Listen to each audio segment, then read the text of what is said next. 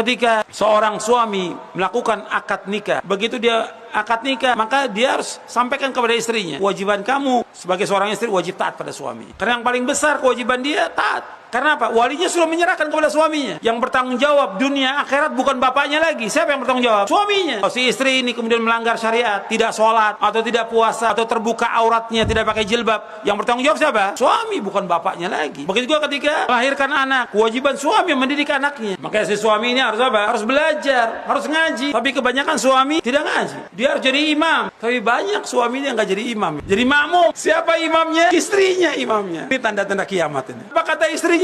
Samina wa ata'na, la haula wala quwata illa billah. Wajib belajar dia, wajib dia mengaji, dan dia harus luangkan waktu untuk nuntut ilmu. Kalau dia bisa kerja, bisa dagang, bisa usaha, kenapa dia nggak bisa ngaji? Kenapa dia nggak bisa belajar agama? Wajib, karena dia diciptakan oleh Allah bukan untuk kerja, diciptakan Allah bukan untuk dagang, diciptakan Allah bukan untuk main-main. Allah ciptakan dia, wa ma khalaqtul jinna wal insa illa liya'budun. Tidak aku ciptakan jin dan manusia melainkan untuk beribadah kepadaku, kata Allah. Disuruh kita hidup ini tujuannya untuk ibadah, cari nafkah sekedarnya. Tapi bagaimana kita mendidik istri kita, anak kita dari Islam dan Sunnah, itu yang paling penting. Bagaimana istri kita bisa pakai jilbab yang sempurna, bagaimana istri ini sholat 5 waktu, bagaimana dia puasa, bagaimana dia melaksanakan ibadah kepada Allah, itu yang paling penting. Kalau ada kekurangan, wajar. Dia nggak bisa masak, dia nggak bisa yang lain. Dan masak kita nggak dosa, tapi dosa kalau dia nggak bisa wudu, dosa suaminya. Dia nggak bisa sholat, dosa suaminya. Ketika dia berbuat dosa, maksiat, dosa suaminya. Maka dia harus menyuruh yang ma'ruf, mencegah yang mungkar. Maka dia harus belajar dulu.